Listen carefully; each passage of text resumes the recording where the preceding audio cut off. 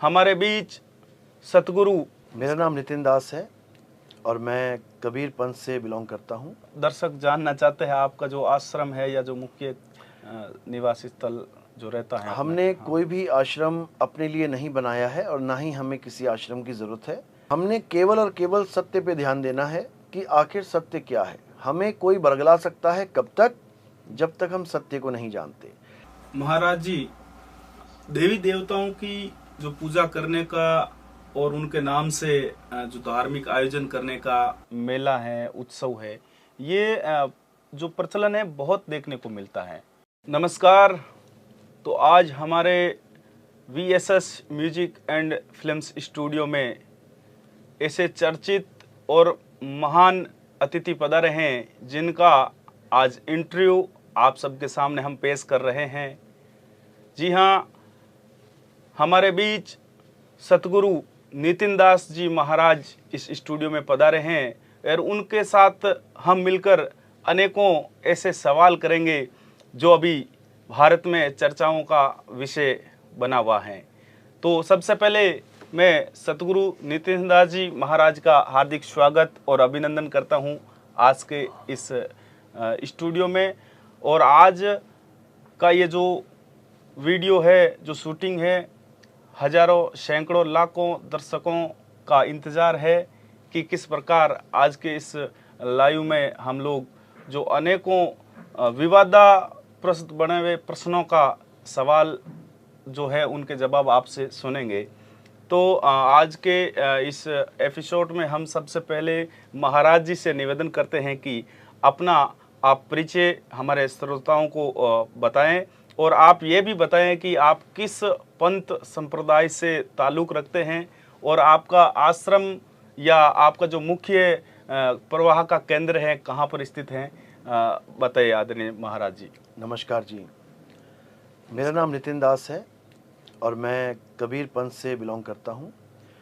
कबीर पंथ कहने को तो ऐसा पंथ है जो कबीर साहब को मानता है। असल में कबीर पंथ का मतलब है जो कबीर साहब के बताए हुए मार्ग पे चले, क्योंकि मानने मनाने वाले बहुत हैं।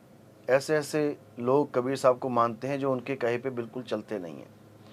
तो हमारा जो पंथ है वो कबीर साहब के बताए मार्ग पे चलने वाला पंथ है, इसी को कबीर पंथ कहते हैं। हमारे यहाँ सत्य की बात चलती है, सत्य की पूजा, सत्य का ही ज्ञान चलता है। सत्य मार्ग पे चलने का हम लोगों को संदेश देते हैं। इसी को आप सत्य पंथ कह सकते हैं, सत्य मार्गी कह सकते हैं। वैसे दुनियावी एक पहचान के लिए इसका नाम कबीर पंथ सुझाया गया है। तो हम कबीर पंथी हैं और हम सत्य के मार्मी हैं। और जैसा कि दर्शक जानना चाहते हैं आपका जो आश्रम है या जो मुख्य निवासी स्थल जो रहता है। हमने कोई भी आश्रम अपने लिए नहीं बनाया है और ना ही हमें किसी आश्रम की ज़रूरत है। हम 2010 से कबीर पंथ का प्रचार करते हैं और पूरे भारत में, पूरे विश्व में भ्रमण करते हैं और भ्रमण करते करते ही सत्संग एवं नाम दीक्षा प्रदान करते हैं। हमें ना तो किसी आश्रम की ज़रूरत है और ना ही भविष्य में कोई ऐसा आश्रम बनेगा कि जहाँ पे हमें लगे कि हमारा आश्रम का रहना ज़रूरी है। हमें आश्रम में ऐसा कुछ नहीं है। हम केवल और केवल प्रचार पे ध्यान देते हैं, हम भ्रमण पे ध्यान देते हैं। धन्यवाद। तो अब परिचय के बाद में मेरा आपसे पहला प्रश्न जो ये रहेगा कि हमारे क्षेत्र में, देश और दुनिया में अलग अलग मत और पंथ संप्रदायों के अनेकों संत है, महत, कथावाचक और कुछ क्रिएटर्स है जो अपने अनुयायियों को अलग अलग उपदेश देते हैं, अलग अलग विचारधारा देते हैं और दावा करते हैं कि उनके द्वारा जो बताया गया मार्ग है वो उन्हें परमात्मा तक पहुंचाता है। तो सवाल ये रहेगा कि हम किन को माने या किन की बात को सत्य माने, वो आपकी विचारधारा को जानना चाहते हैं सर। देखिए, समाज में बताने वाले बहुत हैं, लाखों गुरु, करोड़ों गुरु बैठे हुए हैं। बात ये नहीं कि कौन क्या बता रहा है। 100 मुँह 100 बातें। हर गुरु अलग अलग बात बता रहा है, हर गुरु अलग अलग नाम दे रहा है, हर गुरु अलग अलग विधियां बता रहा है। इससे कोई फ़र्क नहीं पड़ता। मैंने बोला 100 मुँह 100 बातें, इससे कोई फ़र्क नहीं पड़ता कौन क्या बता रहा है। इससे फ़र्क पड़ता है कि सच कौन बता रहा है। हमने केवल और केवल सत्य पे ध्यान देना है कि आखिर सत्य क्या है। हमें कोई बरगला सकता है कब तक, जब तक हम सत्य को नहीं जानते। अगर हमें पता है कि 500 के नोट, 1000 के नोट, 2000 नोट में क्या पहचान है सच्चे की और झूठे की, जब तक हमें नहीं पता है तब तक हम नकली नोट भी लेके आ जाएंगे। लेकिन अगर हमें पता लग गया कि आखिर पहचान क्या है असली नोट की, फिर कोई नकली नोट नहीं चला सकता। ये जितने भी संत महात्मा, जितने भी गुरु साहिबान बैठे हैं, जो भी कथावाचक बैठे हैं, हमें अलग अलग तरीके से भक्ति विधि बताते हैं, ये केवल इसलिए कामयाब हो पा रहे हैं क्योंकि लोगों को सत्य नहीं पता। इनको नहीं पता कि सत्य क्या है, इनको नहीं पता संतों ने किस सच की बात करी है, इनको नहीं पता गीता का सार क्या है, इनको नहीं पता गीता में जिस सत्य की बात कृष्ण जी ने करी है वो आखिर सत्य है क्या। जब तक हमें ये नहीं पता लगा कि सत्य क्या है, तब तक हम असत्य ही धारण करते रहेंगे, और असत्य धारण करने वालों की बाढ़ है यहाँ पर, और वो हमेशा इसीलिए सक्सेसफुल हो जाते हैं, इसीलिए वो अपना काम कर जाते हैं, क्योंकि हम जागरूक नहीं हैं। जब जनता जागरूक हो गई, एक बार जनता को समझ में आ गया कि आखिर सत्य क्या है, तो किसी का नकली माल बिकने वाला नहीं है। इसलिए मैं हमेशा से एक ही बात पे विचार करता हूँ, एक ही बात पे जोर देता हूँ कि हमें किसकी पूजा करनी है, क्या करना है, ये बात की बात है। सबसे पहले हमें ये जानना है कि सत्य क्या है। सत्य पता लग गया तो पूजा भी सही होगी, सत्य नहीं पता तो पूजा भी गलत होगी। तो हमें सबसे पहले सत्य को जानना है कि सत्य क्या है। देश में बहुसंख्यक लोग हैं, और बड़ी संख्या के लोग जो वेद, पुराण और गीता की बातों को मानते हैं, उनके अनुयायी हैं, और एक तरफा जो संत वाणी है उनके भी अनेकों अनुयायी हैं। इन दोनों का जो आपसी विवाद भी कई बार देखने को मिलता है। तो उस स्थिति को आप किस स्तर से देखते हैं, या आपके जो विचार है उन लोगों को क्या कहना चाहेंगे? बहुत ही गहरा सवाल है, बहुत गूढ़ ज्ञान है ये। असल में जो इन बातों पे झगड़ा करते हैं कि गीता सत्य है या संत मत सत्य है या वेद सत्य है, असल में वो ये नहीं जान पाते कि सत्य ही सत्य है। ना गीता सत्य है, ना वेद सत्य है, ना संत मत की कोई धार्मिक किताब सत्य है। जहाँ सत्य लिखा है वो ही सत्य है। गीता में अगर कोई बात सच लिखी है तो वो सत्य ही है, उसको कोई झुटला नहीं सकता। अगर संतों की वाणियों में कुछ सत्य लिखा है तो उसको कोई झुटला नहीं सकता, और अगर किसी ग्रंथ में झूठ लिखा है तो उसको कोई सत्य बता नहीं सकता। इसलिए इस चीज़ पर कभी झगड़ा नहीं करना चाहिए कि कौन सा ग्रंथ सत्य है, कौन सा नहीं है। हमें सत्य के ऊपर गहन चर्चा करनी चाहिए कि सत्य क्या है। जो बात गीता में सत्य है वो सबके लिए सत्य है, जो बात कबीर वाणी में सत्य है वो सबके लिए सत्य है, जो वेद में पुराण में सत्य है वो सबके लिए सत्य है, और जो बात किसी के लिए ठीक नहीं है वो किसी के भी लिए ठीक नहीं है। इसलिए इन चीज़ों पे बहस नहीं करनी चाहिए। ये अध्यात्म का विषय है। जैसे गीता का ज्ञान, वेदों का ज्ञान जहाँ तक लेके जाता है अच्छी बात है, हमें कहीं ना कहीं तो पहुँचा रहा है, और संतों का ज्ञान जहाँ तक लेके जा रहा है और अच्छी बात है, हमें और भी कहीं आगे लेके जा रहा है, तो इसमें कोई झगड़ा नहीं है। जहाँ तक जिसका ज्ञान हमें हो रहा है हमें ले लेना चाहिए। जैसे 10वीं का ज्ञान, 12वीं का ज्ञान और कॉलेज का ज्ञान, तीनों ही हमें कहीं ना कहीं पहुँचा रहे हैं। हमें पहली क्लास से 10वीं तक का ज्ञान अगर मिला है तो हमें उसका भी आदर करना चाहिए, और हमें 10वीं से 12वीं का ज्ञान कहीं मिल रहा है तो हमें उसका भी आदर करना चाहिए। 12वीं से अगर हम कॉलेज तक पहुंच पा रहे हैं हमें उसका भी आदर करना चाहिए। हमें झगड़ा नहीं करना चाहिए इस मैटर पे। हाँ, हमें ये निर्णय कर लेना चाहिए कि वेदों का ज्ञान कहाँ तक है, गीता का ज्ञान कहाँ तक है, और संतों का ज्ञान हमें कहाँ तक पहुँचा रहा है। जहाँ पर भी हमें लगे कि ये आगे का ज्ञान है, हमें वहाँ चले जाना चाहिए, क्योंकि हमारे जीवन का मकसद आगे बढ़ना है, पीछे रुकना नहीं।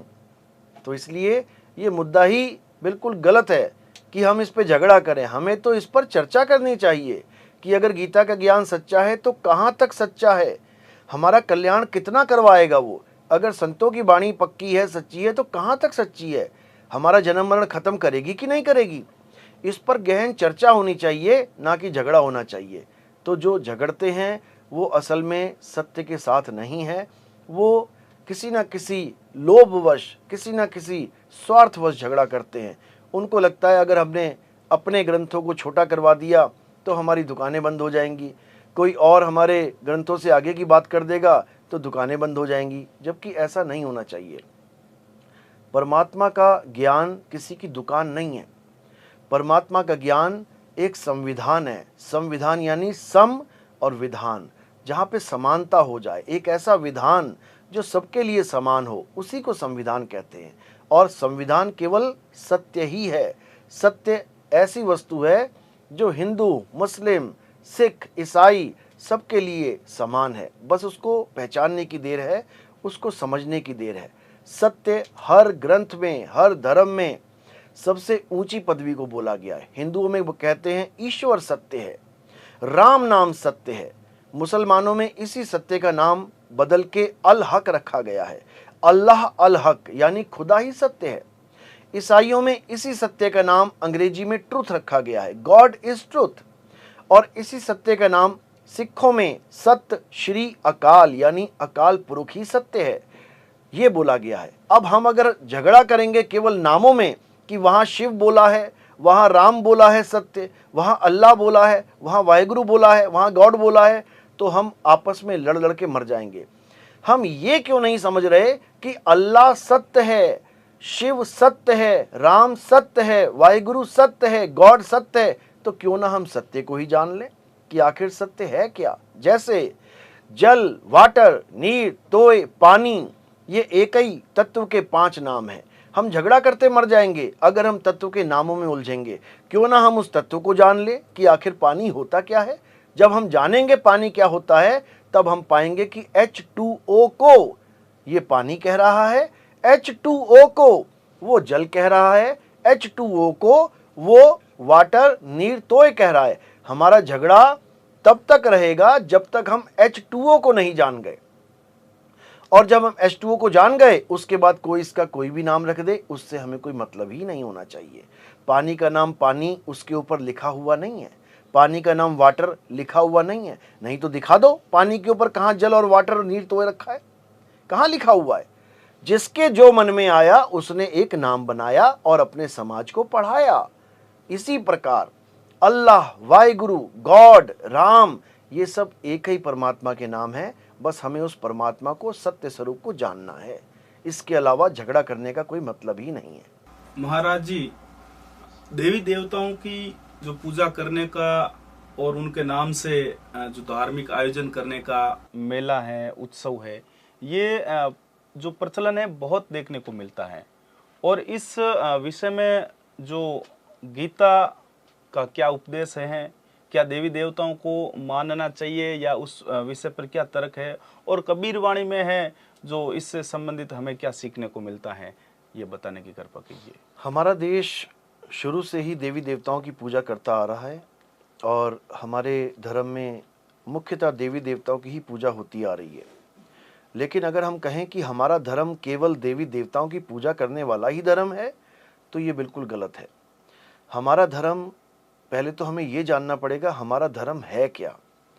हमारा धर्म सत्य सनातन धर्म है। सत्य सनातन धर्म ये अलाउ करता ही नहीं है कि हम किसी देवी देवताओं की पूजा को सत्य माने। सत्य सनातन धर्म क्या कहता है, अगर हमें अच्छे से समझ में आ जाए तो इस पूरे विश्व में केवल एक ही धर्म सबके लिए मान्य होगा, जिसका नाम सत्य सनातन धर्म है। लेकिन अज्ञानतावश हम अपने ही धर्म को ना समझने के कारण अलग अलग पंथों में, अलग अलग विधियों में, अलग अलग पूजा पाठ में उलझ चुके हैं। आप देखेंगे कि देवी देवताओं की पूजा करने वाले अलग अलग तरीकों से देवी देवताओं को मनाते हैं, देवी देवताओं की पूजा करते हैं। कोई सात्विक होकर पूजा करता है तो कोई बलियां दे के पूजा कर रहा है, कोई प्रसाद भोग लगवाता है 56 भोग का, कोई शराब का भोग लगवा रहा है। ये कहाँ से अलग अलग तरीकों की भक्तियाँ आ गई, कहाँ से अलग अलग तरीकों से देवी देवताओं की पूजा आ गई। ये सब मनमुखी ज्ञान है। ये मन के द्वारा जितनी भी कल्पनाएं की गई, उसी को एक साधना विधि बनाकर पेश कर दिया गया। और अज्ञानी जीव जिसे सत्य का बोध नहीं है, उसको जैसे कोई कुछ बता देता है वो वैसे ही चल पड़ता है। तो गीता में देवी देवताओं की पूजा को बिल्कुल मना किया गया है, लेकिन कब? जब तुम्हारे जीवन में आत्मज्ञानी गुरु आ जाए। गीता में वेदों का भी वर्णन है कि वेदों के पाठ करने चाहिए। गीता में देवताओं का भी वर्णन है कि देवताओं को भोग लगाना चाहिए। लेकिन कब तक? जब तक आपके जीवन में आत्मज्ञानी गुरु नहीं आ जाता। लिखा है अध्याय 3 में बता रखा है इसके बारे में कि आप देवी देवताओं को भोग लगाओ, उनकी पूजा करो और वेदों का पाठ करो, इससे आप पुण्य को प्राप्त होगे, इससे आप सत्कर्म को प्राप्त होगे। किंतु अब किंतु कहां लगाया है? अध्याय 3 17वां श्लोक कहते हैं, किंतु जो आदमी यानी जो प्राणी अपनी आत्मा में रमण करता है, जो प्राणी अपनी आत्मा में संतुष्ट है, जो प्राणी अपनी आत्मा में तृप्त है, उसके लिए कोई धार्मिक कर्म कर्तव्य लागू ही नहीं होता।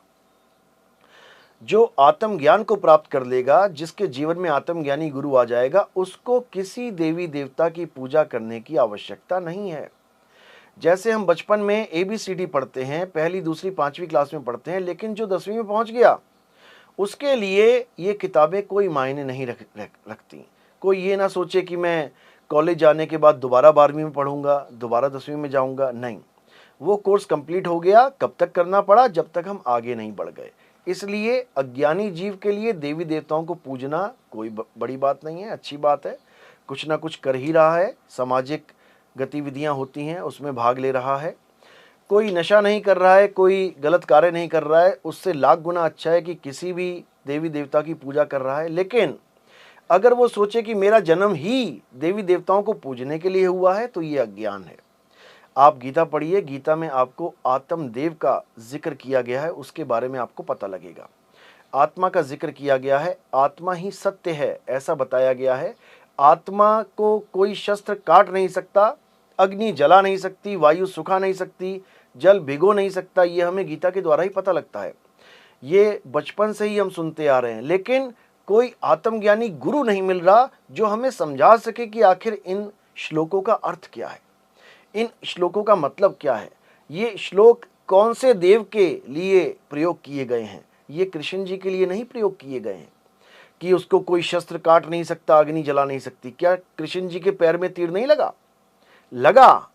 तो कृष्ण जी किसकी महिमा गा रहे हैं? जिसके तीर नहीं लग सकता, और लोगों ने कृष्ण जी को पूज लिया जिनके पैर में तीर लग गया। यहीं पर दुविधा हो जाती है कि हमें किसके बारे में बताया जा रहा है गीता में। गीता उसकी बात कर रहा है जिसको तीर छू नहीं सकता, और हम उसकी पूजा कर बैठे जिसके पैर में तीर लगा है। तो कृष्ण जी ने देवताओं के साथ अपनी पूजा करने का, यानी अपने शरीर की पूजा करने का भी मना किया है। उन्होंने कहा है, अगर मुझे पूजना चाहते हो तो पहले मुझे तत्व ज्ञान के द्वारा तुम जान पाओ कि मैं हूं क्या। मैं ये नाशवान काया नहीं हूं।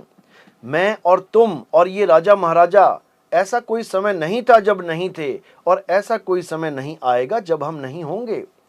मुझे, अपने आप को और इन राजा महाराजाओं को, हे अर्जुन, गलती से भी शरीर मत मानना। शरीर तो एक मिट्टी का एक कण है, ये मिट्टी में ही मिल जाएगा। हम और तुम आत्मा हैं, इसलिए हमें आत्मज्ञानी गुरु मिले तो हमें अपना स्वरूप बता सके, ताकि हम अपनी आत्मा को प्राप्त कर सके, क्योंकि आत्मा ही सत्य है। और सबसे बड़ी बात है कि लोग देवी देवताओं की पूजा क्यों करते हैं, हमें पहले ये समझना पड़ेगा।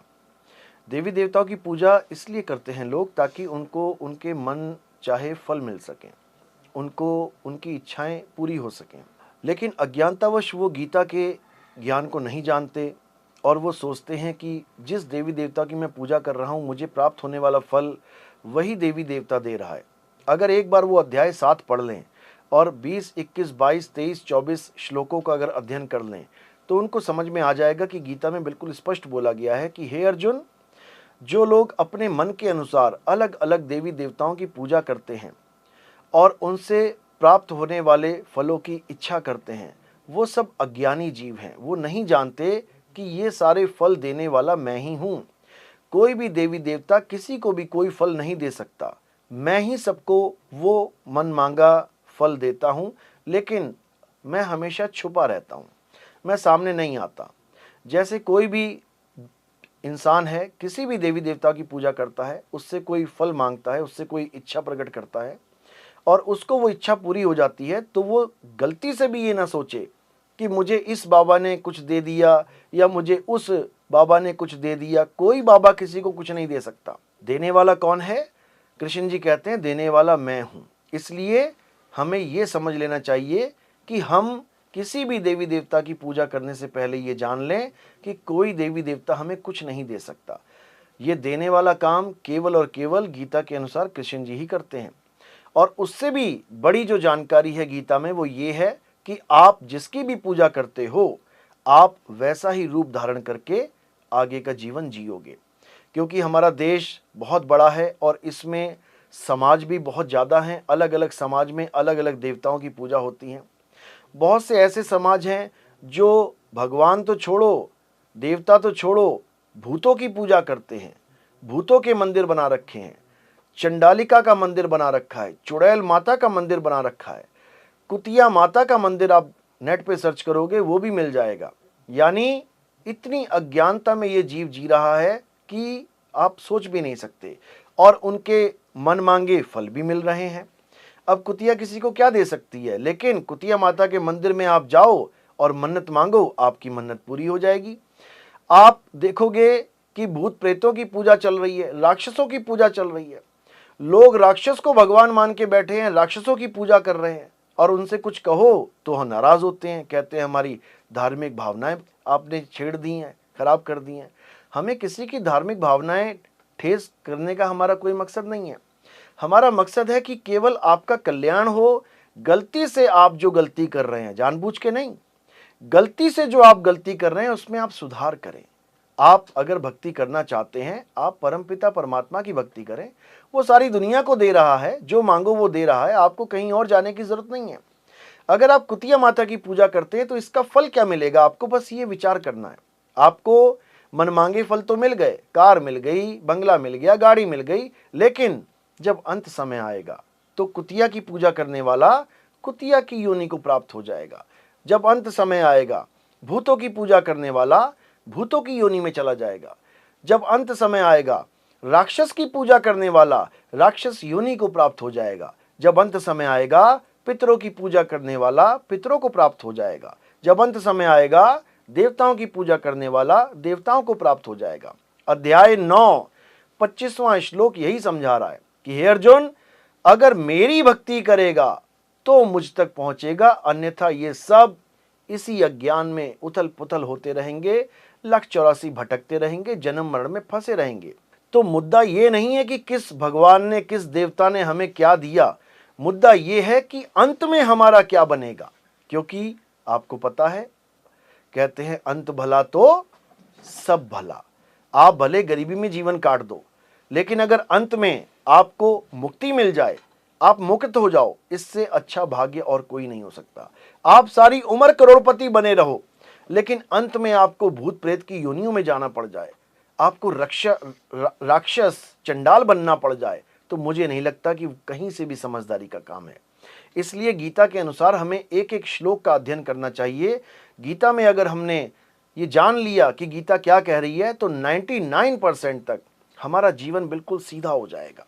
हम बिल्कुल सत्य तक पहुंचने के लिए तैयार हो जाएंगे। और जो मैंने 99% बोला है, उसमें केवल 1% की कमी है, और वो क्या है? वो है गुरु का ज्ञान। गीता हमें गुरु तक जाने का संदेश देती है। गीता हमें ये नहीं कहती कि तुम गीता पढ़ो और मेरी पूजा कर लो, नहीं। कि गीता पढ़ो और मेरे मंदिर में चले जाओ, बिल्कुल नहीं। गीता हमें कहती है कि गीता पढ़ो और अध्याय 4 34वां श्लोक, तुम ऐसे तत्वदर्शी संत की शरण में जाओ जो तुम्हें 2 प्रकार के तत्वों का ज्ञान दे, एक असत्य तत्व और एक सत्य तत्व। असत्य को छुड़वाए और सत्य को लखाए, तब जाके आपका कल्याण होगा, अन्यथा आप ऐसे ही जन्म मरण के चक्कर खाते ही रहेंगे। तो देवताओं की पूजा करना कोई बुराई नहीं है, लेकिन आपको पता होना चाहिए कि सत्य क्या है। अगर पता लग गया सत्य क्या है, तो यकीन जानिए आपको देवताओं की भी जरूरत नहीं पड़ेगी, क्योंकि देवता भी किसी की आराधना करते हैं। आप डायरेक्ट उससे जुड़िए जो सबका पिता है, सबका जनक है। हमारे जोधपुर क्षेत्र में देखा जाए या प्रदेश में कहीं की भी बात करें कि जो देवी देवताओं के मंदिर पर जो लोगों के जाने का जो क्रम है, अक्सर, हालांकि भारत में मेडिकल डिपार्टमेंट ने खूब तरक्की की है, लेकिन कुछ शारीरिक पीड़ाओं को लेकर, दुख दुविधाओं को लेकर जाते हैं। तो इतनी मेडिकल इंडस्ट्रीज की टेक्नोलॉजी में मतलब तरक्की करने के बावजूद भी अगर जनता है या जो लोग हैं मंदिर में जाते हैं बीमारियां ठीक करवाने के लिए, तो ये कितना उचित है? देखिए, अगर मंदिर में बीमारियां ठीक होती हैं तो पंडित जी खुद हॉस्पिटल क्यों जाते हैं?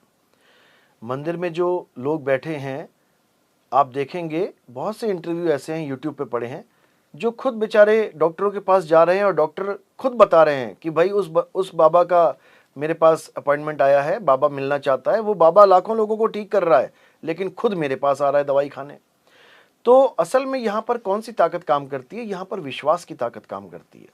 जब हम ये मान लेते हैं कि मेरा इस मंदिर में जाने के बाद सब कुछ ठीक हो जाएगा, आप यकीन मानो 50% बीमारी तभी खत्म हो जाती है। डॉक्टर भी हमेशा यही कहते हैं कि दवाई खाते खाते पूरा विश्वास रखना चाहिए कि मैं ठीक हो जाऊंगा। अगर अविश्वास से अगर आप दवाई खाते हैं तो वो दवाई भी काम नहीं करती है, क्योंकि हमारी बॉडीज में कुछ चक्रास होते हैं। चक्रास में आप देखेंगे, जिनको हम ग्लैंड्स बोल देते हैं, उसमें सिक्रीशन होता ही रहता है तत्वों का। तो अगर वो डिसबैलेंस हो जाए, अविश्वास से अलग क्रिया होगी और विश्वास से अलग क्रिया होगी। तो जब विश्वास वाली क्रिया जागृत हो जाती है तो हमारी बॉडी से वो खुद ही सिक्रीट होने लग जाता है और वो अपने इम्यून सिस्टम को स्ट्रांग बनाता है, जिससे बीमारियां अपने आप ही दूर होने लग जाती हैं। तो विश्वास बहुत बड़ी चीज़ है। लेकिन कोई कहे कि मेडिकल की ज़रूरत नहीं है, दवाइयों की ज़रूरत नहीं है, भगवान जी सब ठीक कर देंगे, तो भगवान जी के खुद अपने भाई लक्ष्मण जी जब मूर्छित हो गए थे, स्वयं राम जी सामने खड़े थे, भगवान का भाई सामने बेहोश पड़ा है और वो हनुमान जी को संजीवनी बूटी ले जाने के लिए बोल रहे हैं कि वो लेके आओ। संजीवनी बूटी कोई बाबा का प्रसाद नहीं था, कोई देवताओं का प्रसाद नहीं था, वो एक जड़ी बूटी थी और वो उसको लेके आए, जिससे उनकी मूर्छा खत्म हुई। तो हम भगवान के भाई को बिना संजीवनी बूटी के नहीं मूर्छा खत्म देख पा रहे हैं कि उसकी मूर्छा खत्म हो गई हो, तो हमारी मूर्छा कैसे खत्म हो सकती है? तो इसलिए ठीक है, जिसका जहां विश्वास है, लेकिन आप इसके पीछे भी एक विज्ञान है, उसको जानो। इसके पीछे मनोविज्ञान होता है। एक होता है तन के रोग, एक होता है मन के रोग।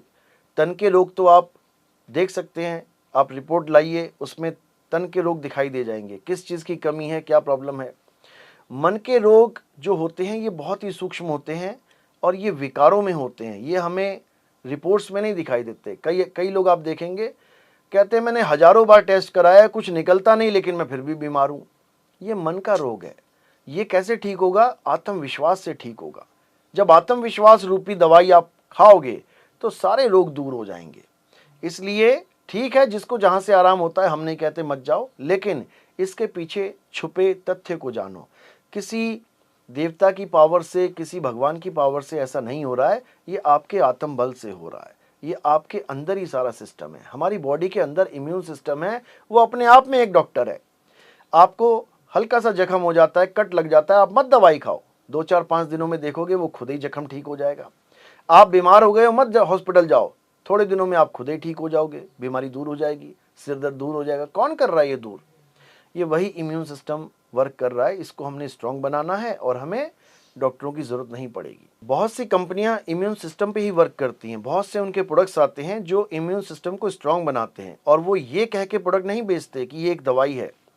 वो इसको हेल्दी ड्रिंक्स करके या इम्यून सिस्टम को स्ट्रांग करने वाले तत्व कह के इनको बांटते हैं, इम्यून बूस्टर कह के बांटते हैं।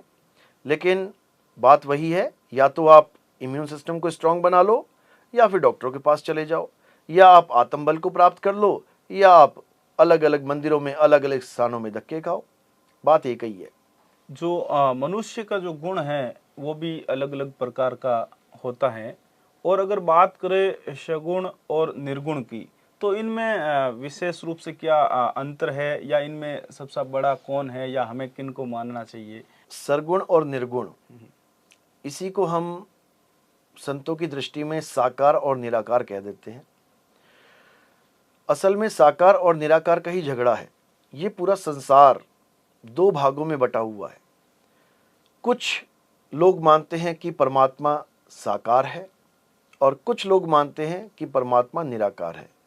ये जितने भी धर्म आपको दिखाई दे रहे हैं, हिंदू, मुस्लिम, सिख, ईसाई, ये सब इसी मान्यता पर टिके हुए हैं। हिंदू धर्म में आधे लोग कहते हैं कि परमात्मा साकार है, राम जी, कृष्ण जी, हनुमान जी, शंकर जी, इनका रूप सामने रख के कहते हैं यही परमात्मा है। और हिंदू धर्म में ही आधे लोग ऐसे हैं जो परमात्मा को साकार नहीं कहते, जैसे आर्य समाज वाले, वो परमात्मा को निराकार कहते हैं। वो कहते हैं परमात्मा का कोई आकार नहीं है। तो दुविधा ये है कि साकार और निराकार इन दोनों में ही सब उलझे पड़े हैं, लेकिन ये मान एक ही तत्व को रहे हैं, क्योंकि पानी और बर्फ इनमें कोई फर्क नहीं है। साकार से ही निराकार और निराकार से ही साकार होता है। ये हमारी गलतफहमी है कि परमात्मा केवल निराकार है या केवल साकार है। ये हमारी गलतफहमी है। परमात्मा असल में ना निराकार है और ना साकार है। तो निराकार और साकार क्या है? निराकार और साकार तत्व हैं। असल में आकाश तत्व ही निराकार है। आकाश से वायु, वायु से अग्नि, अग्नि से जल, जल से धरती प्रकट होती है। यानी निराकार से ही साकार प्रकट होता है, और ये जब विलय होता है तो ये वापस उसी आकाश तत्व में विलीन हो जाते हैं। तो निराकार आकाश और साकार ये शरीर, ये इसी की देन है। ये आपस में एक ही हैं, लेकिन दो रूप में आभासित होता है, इसलिए लोग समझ नहीं पाते कि किसकी पूजा की जाए। असल में साकार और निराकार दोनों तत्व ज्ञान है, यानी पंच भौतिक तत्व का ज्ञान है। और जो परमात्मा का ज्ञान है वो निहि तत्व ज्ञान है, यानी साकार निराकार दोनों से न्यारा, सरगुण निर्गुण दोनों से न्यारा, और जानेगा कोई जानन हारा। कबीर साहब कहते हैं कि सरगुण और निर्गुण में ये सारा संसार उलझा पड़ा है। आज जितने भी झगड़े हो रहे हैं इसी के हो रहे हैं। आप देखेंगे मुसलमान और हिंदुओं का क्या झगड़ा है।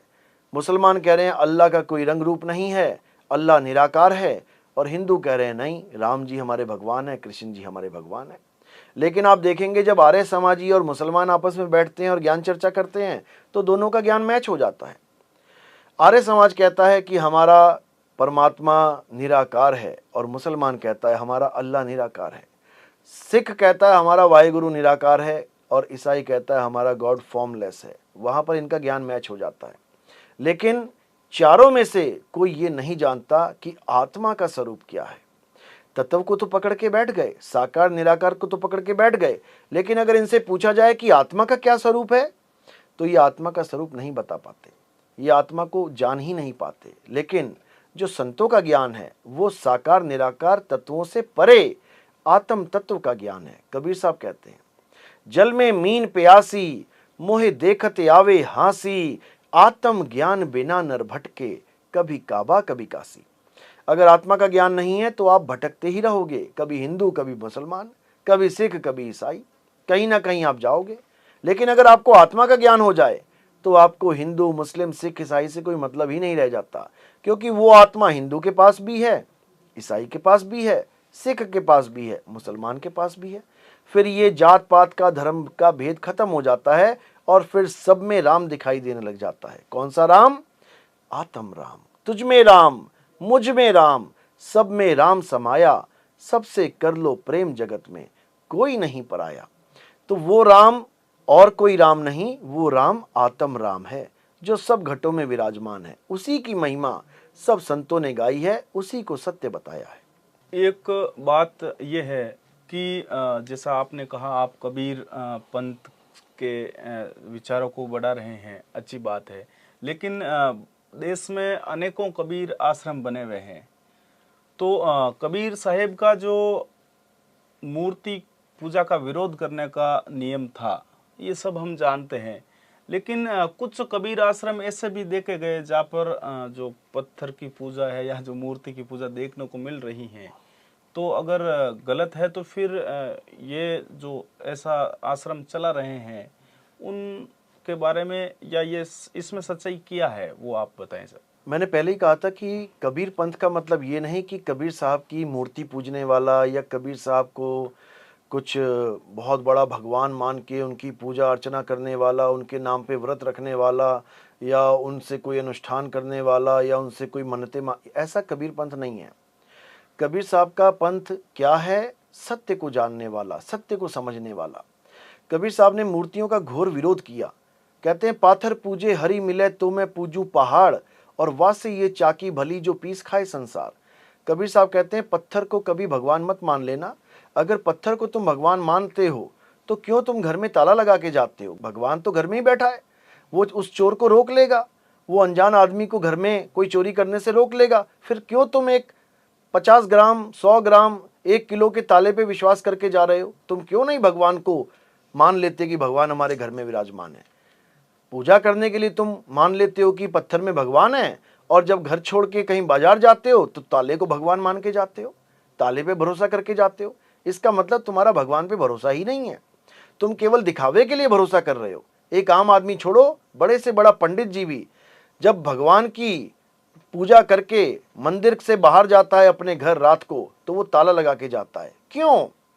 अरे अगर आपके घर में 5 मेंबर है और उसमें से एक मेंबर भी घर में रहे, भले वो 10 साल का क्यों ना हो, आप घर में कभी ताला लगा के नहीं जाते हो, क्योंकि आपको पता है कि घर में वो 10 साल का बच्चा बैठा है, वो चोर चोरी नहीं कर सकता। आप उस पे विश्वास करके चले जाते हो कि मेरा बेटा घर में है, लेकिन आप भगवान पे विश्वास नहीं कर पाते। अगर आप पत्थर पे विश्वास करते हो तो पूरा करो, क्यों नहीं करते? इसका मतलब कि आपको उस पे विश्वास नहीं है। लेकिन समाज में जैसा जिसको बताया गया है उसी को लोग ढो रहे हैं, उसी ज्ञान को वो लेके चल रहे हैं, इसलिए आप पत्थरों की पूजा कर रहे हैं। जबकि कबीर साहब कहते हैं कि पत्थर पूजने वाला कभी भी परमात्मा को प्राप्त नहीं कर सकता। कारण क्या है? साहिब समझा रहे हैं कि जो परमात्मा तुम पत्थर में ढूंढ रहे हो, वो परमात्मा पत्थर में नहीं, वो तुम्हारे घट में विराजमान है, वो तुम्हारी आत्मा में विराजमान है। साहिब कह रहे हैं, मोह को कहाँ ढूंढे रे बंदे, मैं तो तेरे पास में, ना मंदिर में, ना मस्जिद में, ना काबे कैलाश में, ना मैं जप में, ना मैं तप में, ना एकांत निवास में, और खोजी होए तुरंत मिल जाऊं, एक पल की तलाश में। कहें कबीर सुनो भाई साधो, मैं तो हूं विश्वास में। कबीर साहब कह रहे हैं मैं तेरे पास में हूं। अब जो कबीर पंथी पत्थर की मूर्तियों को पूज रहे हैं, असल में वो जानते ही नहीं है कि कबीर साहब पास में हैं तो कहां हैं। वो परमात्मा अगर पास है तो कहां है? अगर उनको पता लग जाए कि वो परमात्मा मेरी आत्मा में है, तो बताओ पत्थर का क्या काम? फिर पत्थर का क्या काम? पत्थर का कोई काम नहीं रह जाता। लेकिन अज्ञानी गुरु किसी ना किसी आधार से ही भक्ति करते हैं, तो जब उनको आत्मा का आधार नहीं मिलता तो वो पत्थर का आधार लेते हैं, लेकिन उससे पार नहीं हो सकते, उनको 84 में जाना ही पड़ेगा।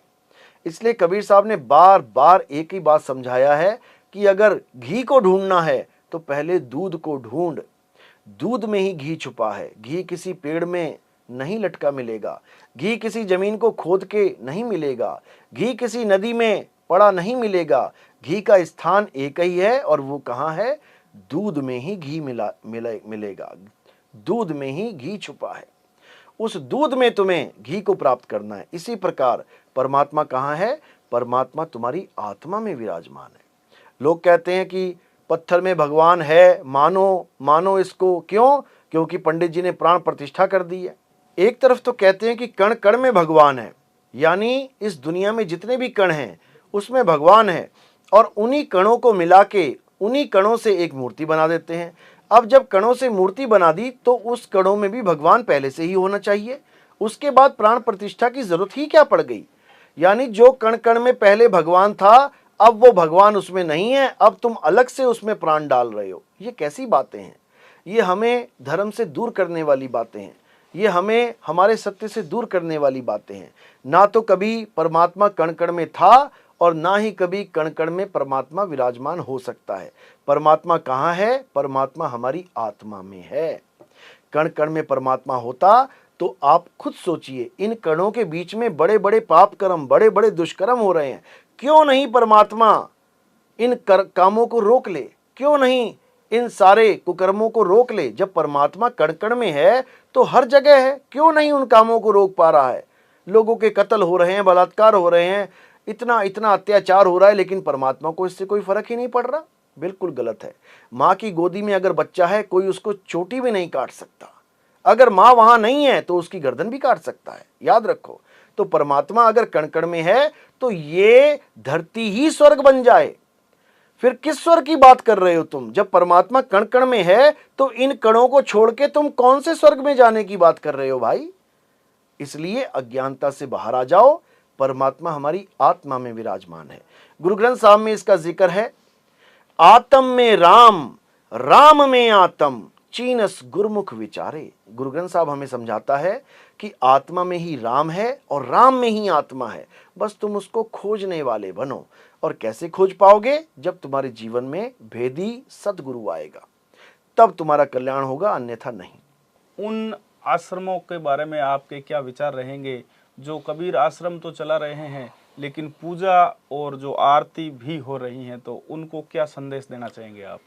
हमारा एक ही संदेश है कि जो भी कबीरपंथी आश्रम, कोई भी कबीरपंथी गुरु अगर पत्थर की पूजा कर रहा है ये मानकर कि मैं कबीर साहब की पूजा कर रहा हूं, तो जल्दी से जल्दी इस अज्ञान को त्याग दें, क्योंकि इससे उनका बहुत बड़ा नुकसान होने वाला है। उनसे उनके भक्तों का भी बहुत बड़ा नुकसान होने वाला है। क्या नुकसान होगा? अच्छे से समझ लो। कबीर साहब के पंथ में दो ही चीज़ों का वर्णन है, या सत्य या असत्य, या सत्य नाम या असत्य नाम, या सतपंथ या असत पंथ, या सच्चा ज्ञान या झूठा ज्ञान। तो आत्मा का ज्ञान ही सच्चा ज्ञान है और पत्थरों का या अन्य तत्वों का ज्ञान झूठा ज्ञान है, और झूठा ज्ञान देने वाला झूठा गुरु ही कहलाता है। तो साहिब ने उन झूठे गुरुओं के लिए अपनी वाणी में ये वचन बोले हैं, इसको ध्यान से सुनो। झूठा गुरु अजगर बना और 1,84 जाए, सारी संगत चींटी बनी, तोड़ तोड़ के खाए। हमें इससे फर्क नहीं पड़ता कि तुम क्या पूज रहे हो, किसको पूज रहे हो, पत्थर पूज रहे हो, आग पूज रहे हो, हवा पूज रहे हो, हमें इससे कोई फर्क नहीं पड़ता। गुरु का काम होता है सत्य ज्ञान बताना, हमारा काम है तुम्हें जागरूक करना। मानना ना मानना ये आपका काम है, हमारा काम है सत्य बताना। डंके की चोट पे सत्य बताया जाएगा। हमें किसी का डर नहीं है कि कोई कबीरपंथी हमारे बारे में क्या कहेगा। सत्य को कहते हैं सांच को आंच नहीं है। तो हमारा काम है सत्य बताना, आपका काम है विवेक विचार के द्वारा सत्य को धारण करना, असत्य को त्यागना। अगर आप असत्य को ही धारण करना चाहते हो वो भी आपकी मर्जी है, क्योंकि परमात्मा किसी के भी कार्य में हस्तक्षेप नहीं करता। परमात्मा ज्ञान स्वरूप है, लेकिन ज्ञान आपने समझना है, आपने मानना है। साहिब बंदगी सतनाम। महाराज जी, एक मैंने वाक्य सुना है कि आप साल भर पहले भोपालगढ़ में एक कार्यक्रम में थे और आपके जो विचार चल रहे थे मंच के माध्यम से, तो उस दौरान शायद तक आपके जो पास में या जो मंच साझा कर रहे थे संत महापुरुष जो लोग थे, उन लोग जो मंच को बीच में छोड़कर चले गए, तो उनके बारे में या वो क्या वाक्य था उस पर भी यहाँ के जो दर्शक है जानना चाहते हैं, ऐसा क्या हो गया था? हाँ, पिछले साल की बात है। ये प्रोग्राम हमारा भोपालगढ़ में चल रहा था और उसमें कई संत महंत आए हुए थे, और हमारे यहाँ जो नियम है कि सब संतों को एक स्टेज पे बैठाया जाए और सबको अपने अपने विचार रखने का समय दिया जाए। ये बहुत ही अच्छा नियम है। आप ये नियम बाकी पंथों में नहीं देखेंगे। बाकी जगह केवल एक आश्रम होता है, एक ही गुरु होता है, एक ही गुरु ज्ञान दे के चला जाता है। हमारे कबीर पंथ में ये हमेशा बताया गया कि कभी भी आप पक्षपात ना करें, सबको मौका दें, सबका ज्ञान सुने। जिसके लिए कबीर साहब ने वाणी भी बोली है, आओ संतों मेला कीजिए, और खाली हैं तो भर भर लीजिए, और भरे हैं तो छक छक पीजिए। डर किस बात का है? अगर आपके पास पूर्ण ज्ञान है तो आप डंके की चोट पे सत्य बोलो। जो समझदार जीव होगा, विवेकी हंस होगा, वो आपकी बात को जरूर परख लेगा, आपके साथ जुड़ेगा।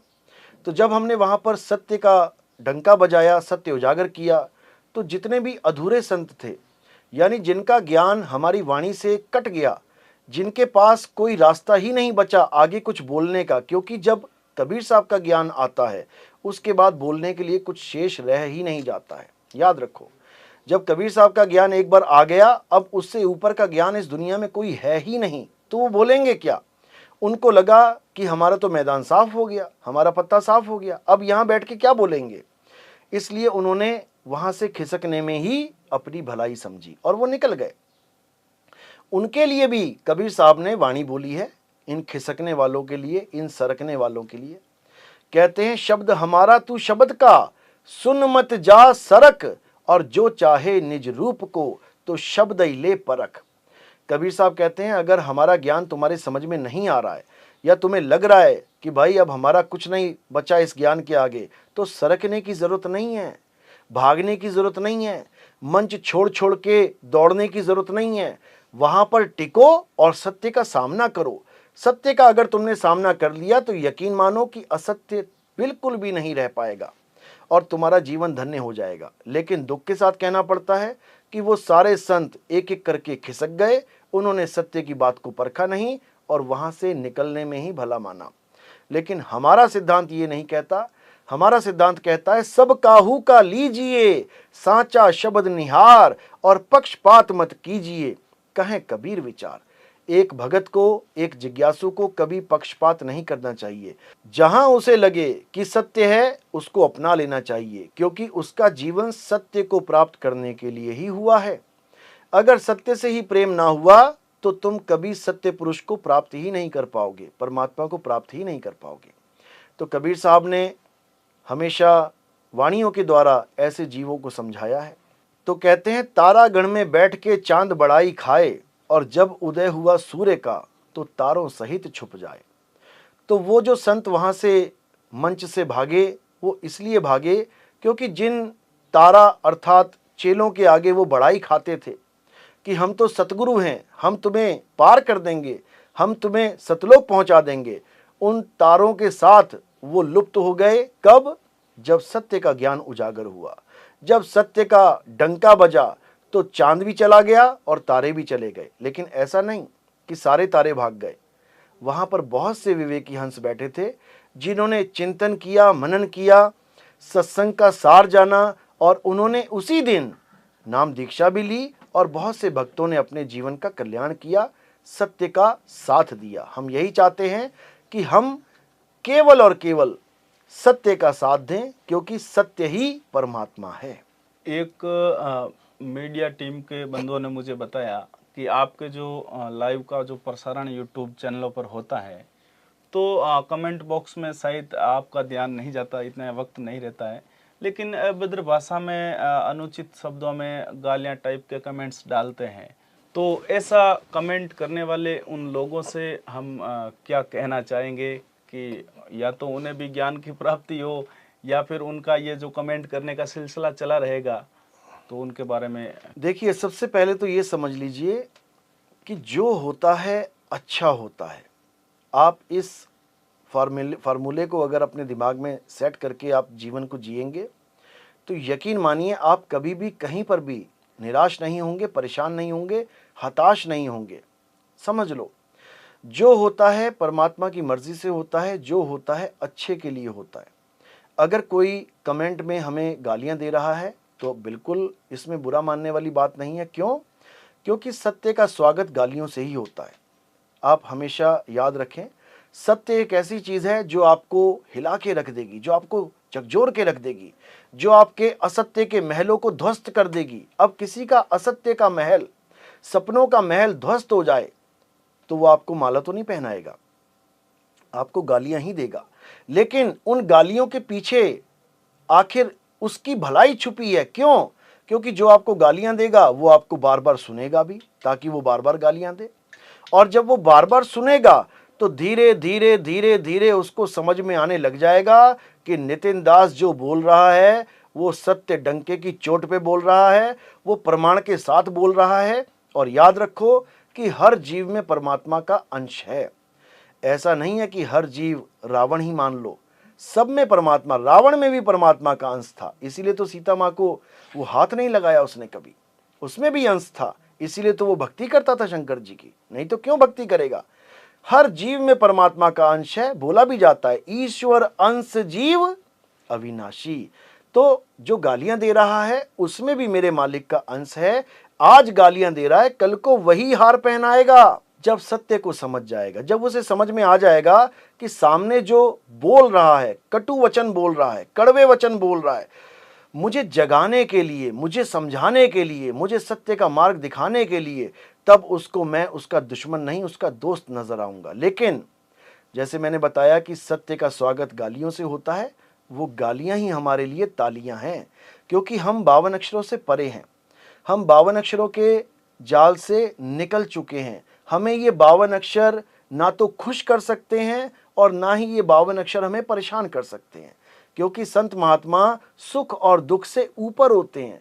ना हमें तालियां खुश कर सकती हैं, ना हमें गालियां दुखी कर सकती हैं, क्योंकि हमारा काम यहाँ पर खुशी होना और दुखी होना ये है ही नहीं। हमारा काम है सत्य बताना, और सत्य बताने वालों को गालियों का सामना करना ही पड़ता है।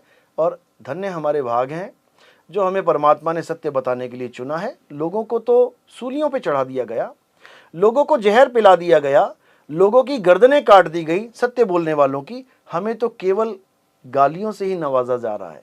तो हमारे धन्य भाग हैं जो हमें केवल गालियां पड़ रही हैं। इसका भी मैं मालिक से शुक्र करता हूं, और ये भी अरदास करता हूं कि जो आज गालियां दे रहे हैं परमात्मा उनको सद्बुद्धि दे।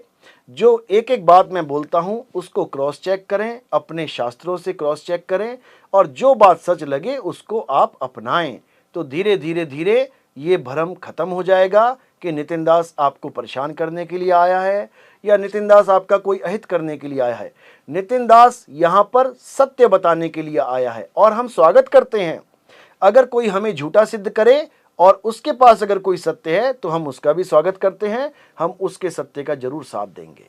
एक जो बात है जो गांव और गलियों में ज़्यादा प्रचलित है कि अगर कोई सेवा करने की एक्टिविटी करता है या अन्य कोई जो अच्छी शिक्षा की बात रखना चाहते हैं, तो पब्लिक अक्सर कहती है कि माता पिता की सेवा करो, माता पिता से बढ़कर कोई भगवान नहीं है, या माता पिता से बढ़कर कोई गुरु नहीं है। तो ये बात है जो बार बार सुनने को मिलती है।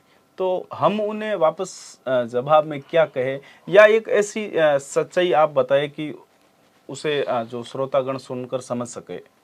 इसमें कोई शक नहीं है कि माता पिता हमारे प्रथम गुरु हैं, क्योंकि कबीर साहब की वाणी में भी आता है, प्रथम गुरु हैं मात पिता, रज वीरज के जो हैं दाता। कबीर साहब कहते हैं इस दुनिया में तुम्हें लाने वाला कौन है? माता पिता ही हैं, प्रथम गुरु वही हैं। तुम्हें उंगली पकड़ के चलाने वाला कौन है? वो माता पिता ही हैं, वो पहले गुरु हैं हमारे। लेकिन जो लोग ये कहते हैं कि केवल माता पिता की सेवा कर लो बेड़ा पार हो जाएगा, किसी गुरु धारण करने की जरूरत नहीं है, तो मैं उनको कहना चाहूंगा कि अगर केवल माता पिता को ही गुरु बनाना है तो तुम अपने बच्चों को स्कूल क्यों भेजते हो? वो भी तो कोई गुरु हैं। माता पिता ही क्यों नहीं उसको ऐसा काबिल बना दे कि वो इस दुनिया में जी सके, खा सके, पी सके?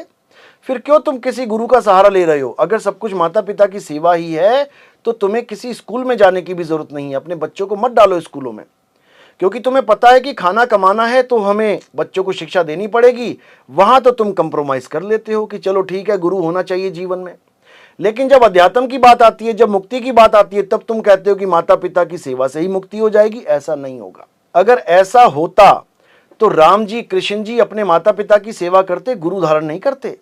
राम जी के गुरु वशिष्ठ जी और कृष्ण जी के गुरु संदीपन जी, आप देखिए उनके गुरु के आश्रम में उनको ज्ञान प्राप्त हुआ है, गुरुओं के आश्रम में उन्होंने शिक्षा दीक्षा ली है। तो आपका बच्चा या आपका कोई वंशज इतना महान तो नहीं हो गया कि वो राम और कृष्ण जी से बड़ा है, कि वो केवल माता पिता की सेवा करके ही मुक्त हो जाएगा, परमात्मा को पालेगा। ऐसा नहीं है।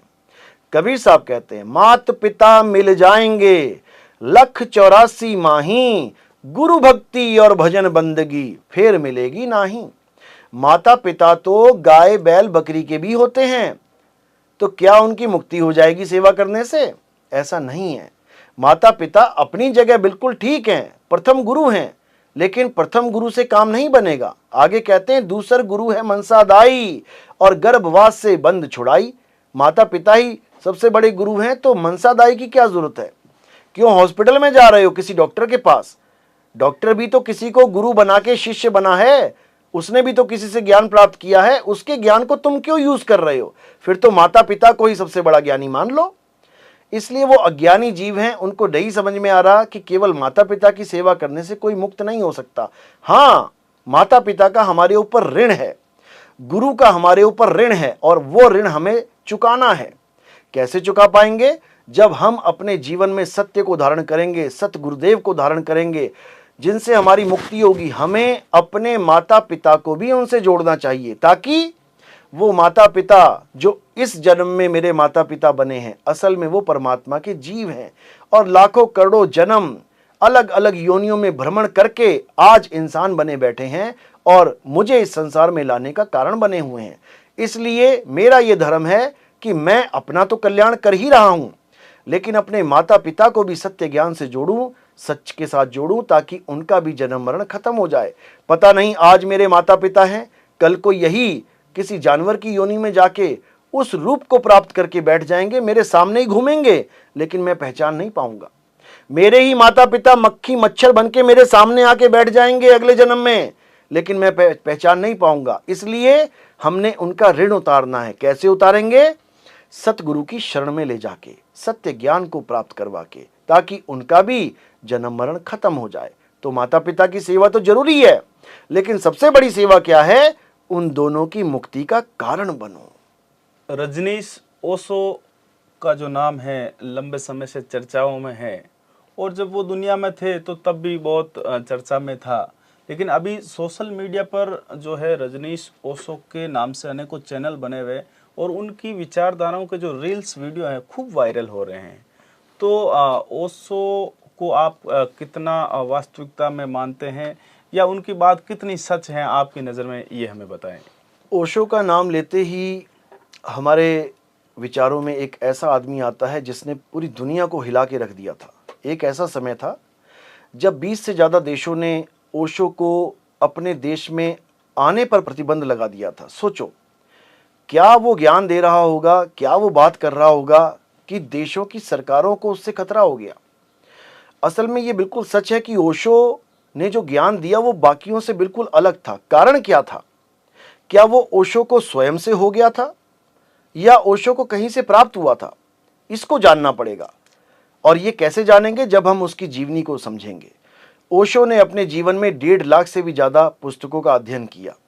ये उन्होंने अपने प्रवचनों में भी बताया, और उनके भगत लोग भी, उनके जिज्ञासु, उनके जो फॉलोअर हैं वो भी इस बात को मानते हैं। अब सोचो, हमारे वेद पुराण या हमारे कोई धार्मिक पुस्तक, कोई धार्मिक ग्रंथ 2, 4, 5 पढ़ के ये जितने ज्ञानी बैठे हुए हैं, सोचो वो महाज्ञानी कहला रहे हैं। और ओशो ने तो 1.5 लाख ग्रंथों को पढ़ा, 1.5 लाख किताबों को पढ़ा, अलग अलग संतों की, महंतों की, अलग अलग देशों के दार्शनिकों की किताबों को पढ़ा। कितना ज्ञान उसने अर्जित किया। कहाँ से किया? किताबों से किया। और जब किताबों से ज्ञान अर्जित होता है तो एक तर्क शक्ति आ जाती है, फिर उसकी बात को कोई काट नहीं सकता। इसका मतलब ये नहीं कि ओशो अनुभवी थे, बिल्कुल गलत बात है। ओशो को अपना अनुभव ज्ञान नहीं था, क्योंकि उन्होंने अपना अनुभव ज्ञान क्या बताया कि मैं एक दिन पेड़ पर बैठा था और मैं ध्यान में लीन था। ध्यान में लीन होता होता होता मैंने देखा कि मेरा शरीर नीचे गिर गया और मुझे उस परम पद को प्राप्त हो गया। बिल्कुल गलत है। ये केवल एक सूक्ष्म शरीर का खेल था। ओशो सूक्ष्म शरीर के रूप में पेड़ पे बैठे रहे और स्थूल नीचे गिर गया। ये कोई बहुत बड़ी बात नहीं है। ये बहुत से लोगों के साथ जीवन में होता रहता है। आप देखेंगे कि कई बार सोते हुए ऐसा होता है कि आप अपने शरीर से अलग हो जाते हैं और अपने शरीर को ही लेटा हुआ देखते हैं। तो ओशो को जो ज्ञान था वो आत्मज्ञान नहीं था। ज्ञान तो उसको था, बहुत से ग्रंथों को पढ़ के उसके अंदर इतनी तर्क शक्ति आ चुकी थी कि वो छोटे मोटे ज्ञानी को तो 2 सेकंड में धराशायी कर सकता था। लेकिन केवल कथनी ज्ञान से किसी का कल्याण हो, ऐसा नहीं होता है। ओशो को आत्मज्ञान ना होने के कारण उसने अपने शिष्यों को महात्मा बुद्ध की विपासना में भी भेजा कि वहाँ जाओ, देखो क्या दीक्षा दी जाती है। इसका ब्यौरा आपको YouTube में मिल जाएगा। जो विपासना करवाने वाले गुरु हैं उन्होंने बताया कि ओशो कैसे अपने शिष्यों को हमारे पास भेजता था और हमसे वो गुप्त ज्ञान प्राप्त करता था। वो अपने शिष्यों से पूछता था कि वहाँ क्या बताया गया, और वो उसी विधि को अपना के गुरु बना हुआ था। जबकि ओशो ने श्वासों पर ही हमेशा ज़्यादा से ज़्यादा बोला है, क्योंकि महात्मा बुद्ध की जो विपासना जो श्रृंखला है, जो बड़े बड़े आश्रम बने हैं, वो श्वासों पर ही ध्यान केंद्रित करवाते हैं। इसलिए आत्मा का जिक्र करते हुए भी ओशो ने कभी आत्मा के बारे में बताया नहीं। वो श्वासों की ही साधना को सत्य बताते रहे, श्वासों पर ही विशेष ध्यान देते रहे, नाभि पर ही विशेष ध्यान देते रहे। जबकि आत्मा का और श्वासों का जमीन आसमान का अंतर है। श्वासें खत्म होती हैं, श्वासें आती जाती हैं, श्वासें गिनती मिनती में है, लेकिन आत्मा का कोई गिनती मिनती या आत्मा कोई जन्मना मरना नहीं है। आत्मा अजन्मा है, नित्य है, शाश्वत है। ओशो के कई सत्संगों में आत्मा की बात तो चली है, लेकिन आत्मा का ज्ञान ना होने के कारण वो वापस घुमा फिरा के श्वासों पर ही लेके आए। और ओशो का मतलब ही हमारे वेद पुराणों में जो ज्ञान है उसी से रिलेटेड है। ओ शो, ओ का मतलब ओम और सो का मतलब सोहम। इसी को श्वास की विधि में कई गुरु लोग ओ शो यानी श्वास अंदर गई तो ओ, बाहर छोड़ी तो शो, इसी क्रिया को करवाते हैं और इसी को प्राण योग कहते हैं। तो आत्मज्ञान और प्राण योग में जमीन आसमान का अंतर होता है। तो ओशो ने कोई कमी नहीं छोड़ी ज्ञान देने में, लेकिन वो कथनी ज्ञान था। लेकिन जब प्रैक्टिकल ज्ञान में आते हैं तो ओशो के पास आत्मज्ञान नहीं था। ओशो केवल एक प्राण योगी थे और प्राणों की ही साधना देते थे। महाराज जी, अभी देश भर में एक बहुत बड़ी विचारधारा को नए ढंग से प्रसारित किया जा रहा है और उसके पीछे भी एक बहुत बड़ी यूनिट भी है। तो उसका जो विषय रहता है मानवतावादी विचारधारा, जिनको लेकर चल रहे हैं, जिसमें बड़े पुलिस अधिकारी भी लोग हैं और उनका कहने का मतलब है कि आप जो सारे धर्मों को त्याग करके सिर्फ एक रास्ते पर चले, और वो रास्ता है जो मानवतावादी विचारधारा का वो लोग बताते हैं। किशन सहाय जी नाम से हैं, जिनके हमने भी कार्यक्रम अटेंड किए हैं। वैसे हमें अच्छे लगे, लेकिन आपकी दृष्टि में ये क्या विचारधारा है? बहुत अच्छी बात है, क्योंकि सबसे बड़ी अगर कोई वस्तु है इस दुनिया में तो वो मानवता ही है। हम मानव कहला ही इसलिए रहे हैं अगर हम मानवता को धारण करें। अगर हम मानवता को ही धारण नहीं कर पाए तो यकीन रखिए हम मानव कहलाने योग्य भी नहीं है। हिंदू मुसलमान सिख होना अलग बात है, लेकिन मानव होना, मानवता को धारण करना अलग बात है। और जो मानवता की बात कर रहा है इस समय, समझ लो कि वही सबसे बड़ा जो धर्म का लीडर है, क्योंकि मानवता ही सबसे बड़ा धर्म है। Humanity is the main religion. हम बाकी धर्मों को प्रधानता देते हैं, लेकिन याद रखें कि बाकी धर्म तब आपके जीवन में आएंगे जब आप मानव बनेंगे। आप इंसान ना हो, इंसानियत ना हो, तो आप क्या हिंदू और क्या मुसलमान, क्या सिख, क्या ईसाई। आप इंसान ही नहीं बने, आप कोई जानवर की श्रेणी में हो, तो आप कौन सा धर्म अपनाओगे? कोई धर्म नहीं। यानी हर धर्म का मूल इंसान है। इंसान ही अलग अलग धर्मों में बटा है, लेकिन अलग अलग धर्मों में बट के वो इंसानियत को ही भूल गया है। आज वो उन धर्मों के नाम पे इंसानों का कत्ल करने के लिए तैयार है जो उसी के ग्रंथों में, उसी के धर्म में परमात्मा के सब जीवों के रूप में बताया गया है कि सबका मालिक एक है। आज उस मालिक के बच्चों को हम मारने के लिए तैयार बैठे हैं। किसकी कमी से? धर्म की कोई कमी नहीं है, धार्मिक ग्रंथों की कोई कमी नहीं है। कमी किसकी है? इंसानियत की कमी है। तो अगर कोई महापुरुष इंसानियत का प्रचार करता है तो हम तन मन धन के साथ उसके साथ हैं। हम चाहेंगे कि वो पूरे विश्व में प्रचार करे, इंसानियत को सामने लाए, क्योंकि सबसे पहले इंसानियत ही सबसे बड़ा धर्म है, बाकी धर्म बाद में। लेकिन हम केवल इंसानियत को अगर धर्म मान लें तो ये भी पूर्ण ज्ञान नहीं है। इंसानियत हर इंसान दिखा सकता है, एक अच्छा जीवन जी के जा सकता है। केवल एक अच्छा जीवन जी के जाने से हमारे जन्म का लक्ष्य पूरा नहीं हो जाता। हमें विचार करना है कि हमें अगर इंसान बनाया गया है तो क्यों बनाया गया है। तो केवल मानवतावादी होने से भी हमारा कल्याण नहीं होगा, क्योंकि अगर इस दुनिया में हम केवल मानवता दिखाने आए हैं तो हमें ये समझना पड़ेगा कि इस दुनिया में आने का कारण क्या है। मानवता दिखा के हम चले जाएं तो उससे हमारे आने और ना आने का कोई कारण ही नहीं बनता। इस दुनिया में अगर हम आए हैं तो कोई कारण की वजह से आए हैं। कारण क्या है? जन्म मरण से मुक्ति, बार बार पैदा होना, बार बार मरना, इससे मुक्त होने के लिए हम आए हैं। तो मानवता तो हमारा गुण होना चाहिए कि हम सबको मानव समझें, सबको एक अपना भाई समझें, अपना प्रेमी समझें, सबसे प्रेम करें। लेकिन जो हमारा मुख्य लक्ष्य है वो सत्य को प्राप्त करना है, कि हम अपने स्वरूप को जानें, अपने मूल स्वरूप को जानें, और बार बार इस जन्म मरण के बंधन से जो हम दुखी हो रहे हैं, हम बार बार आ रहे हैं जा रहे हैं, इसको तोड़ के सदा सदा के लिए मुक्त हो जाएं। तो ये हमारा जो जीवन का मूल उद्देश्य है, और मानवतावाद जो है वो हमारा गुण होना चाहिए। हम मानवतावादी होने चाहिए। सतनाम। बिल्कुल, धन्यवाद। तो आज के इस चर्चा में VSS music and film studio में सतगुरु नितिन दास जी महाराज ने हमें बहुत कुछ सीखने की बातें बताई। और एक लास्ट में जो बात पूछ रहा हूँ, उस बात के बाद में जो है हमारी बात पूरी होने वाली है, कि हमारा देश क्या पहले विश्व गुरु था और अगर था तो वापस कैसे बन सकता है, और हमें क्या करना चाहिए? देश के नागरिकों को आप क्या संदेश देना चाहेंगे कि विश्व गुरु हमारा देश बने या बनने के काबिल बने? तो इस बात को आप हमारे श्रोताओं तक बताएं। हमारे देश को विश्व गुरु पहले से भी कहा जाता रहा है कि भारत हमारा जो देश है वो विश्व गुरु है। कारण क्या है? क्योंकि हम देखेंगे कि बड़े बड़े दार्शनिक, बड़े बड़े जो संत महात्मा अलग अलग देशों के यात्रा करके भारत की तरफ आते थे और भारत से ही इस आध्यात्मिक ज्ञान को प्राप्त करते थे।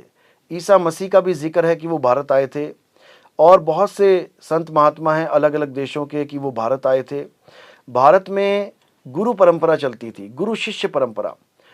तो वहाँ पर जो ज्ञान उनको मिलता था उस ज्ञान से वो तृप्त होते थे। इसलिए सब देशों में जितने भी संत थे उनका मुख्य केंद्र भारत ही होता था। इसलिए भारत को विश्व गुरु कहा जाता था। लेकिन आज ऐसी स्थिति बन चुकी है कि भारत विश्व गुरु तो छोड़ो, अपने ही धर्म के आधार पे, अपने ही धर्म के सिद्धांत पे नहीं चल पा रहा है। लोग मजाक उड़ा रहे हैं, लोग षड्यंत्र बना रहे हैं कि भारत की जनता जो हिंदू है उनको कैसे मुसलमान बना दिया जाए, कैसे ईसाई बना दिया जाए। कारण क्या है? क्योंकि भारत की जनता खुद ही अपने मूल से जुदा हो चुकी है। भारत की जनता खुद ही नहीं समझ पा रही है कि हमारा असली धर्म, हमारा असली उद्देश्य, जीवन का असली उद्देश्य क्या है। भूल चुके हैं, देवी देवताओं में उलझ के रह गए हैं, पूजा पाठ में उलझ के रह गए हैं। आत्मा के ज्ञान का कोई नामो निशान नहीं है। अगर कोई आत्मा का जिक्र करता भी है तो केवल एक किताबी खाना पूर्ति के लिए। क्यों? क्योंकि ग्रंथों में आत्मा का जिक्र है, इसलिए बाबा जी को बोलना पड़ता है आत्मा के बारे में। लेकिन कोई कहे कि आत्मा का ज्ञान बाबा जी दे दे, तो बाबा तो पत्थर पुजवा रहा है। आत्मा का नाम लेके पत्थर पूजा हो रही है। ये दुविधा है, ये हमारा दुर्भाग्य है। हमें तब तक विश्व गुरु नहीं कहा जाएगा जब तक हम दोबारा आत्मज्ञान को प्राप्त नहीं कर लेते, दोबारा सत्य सनातन को नहीं जान लेते। यहां तक कि सत्य सनातन की डेफिनेशन तक हम भूल चुके हैं। हम विश्व गुरु तो क्या बनेंगे? तो सत्य सनातन की डेफिनेशन अगर आपने जाननी है तो गीता उठाएं, अध्याय 2 24वां श्लोक पढ़ें। क्या है सत्य सनातन? हे अर्जुन, ये आत्मा अच्छेद्य है, ये आत्मा अशोष्य है, ये आत्मा अदाह है।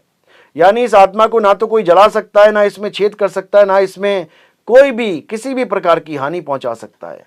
ये आत्मा अचल है, ये आत्मा सदा स्थिर रहने वाला है, ये आत्मा ही सत्य सनातन है।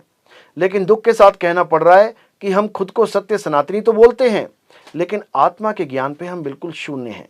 तो जब तक हम आत्मा के ज्ञान को नहीं समझेंगे तब तक हम विश्व गुरु नहीं हो सकते। क्योंकि विश्व गुरु वही देश होगा जो आत्मा का ज्ञान डंके के चोट पे पूरे संसार में फैलाएगा, वही सत्य नाम का परचम लहराएगा, वही विश्व गुरु कहलाने योग्य होगा। अन्यथा भूल जाओ कि भारत कभी विश्व गुरु बन सकता है।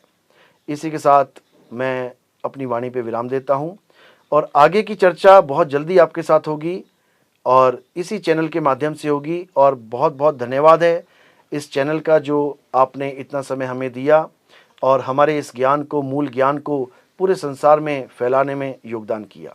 नमस्कार, बहुत बहुत धन्यवाद। और ये जो प्रसारण VSS चैनल के माध्यम से किया जा रहा है, और अगर कोई आपका लगातार अपडेट सुनना देखना चाहे तो उसका कौन से चैनल पर रहता है वो भी बता सकते हैं आप? हमारा जो चैनल है कहत कबीर सुनो भाई साधो नितिन दास। जब आप ये टाइप करेंगे यूट्यूब पे तो आपको 2 चैनल दिखाई देंगे एक ही नाम से।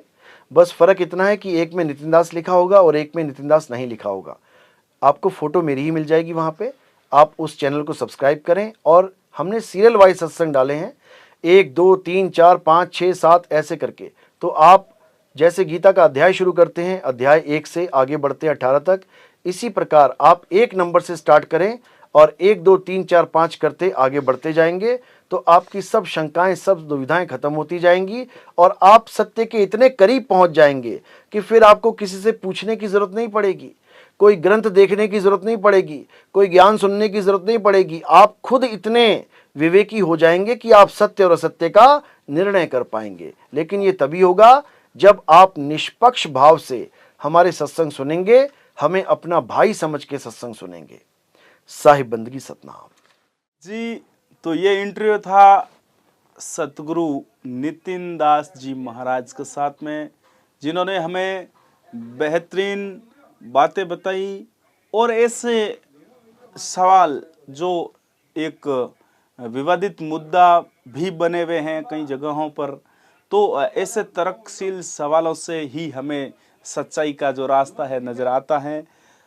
अब मैं सोहन धनारी आप सभी दर्शकों से निवेदन करता हूं, इसी प्रकार अनेकों आने वाले इंटरव्यूज को आप देखने और सुनने के लिए इस VSS music and films YouTube channel को सब्सक्राइब करें और अपने चाहने वालों तक शेयर भी ज़रूर करें। और इसी चैनल पर अनेकों इंटरव्यूज आने वाले दिनों में आपको देखने को मिलेंगे। किसी भी प्रकार का कोई सवाल हो, प्रश्न हो, आप यूट्यूब के इस वीडियो पर कमेंट बॉक्स में डाल दीजिए, ताकि हम उन कमेंट्स को एकत्रित करके महाराज के सामने रखेंगे आने वाले इंटरव्यू में, ताकि उन सवालों का जवाब भी आप जान सके और ज्ञान प्राप्ति की ओर आगे बढ़ सके। तो एक बार फिर से मैं VSS music and film studio पर आप सभी का हार्दिक स्वागत करता हूं। धन्यवाद।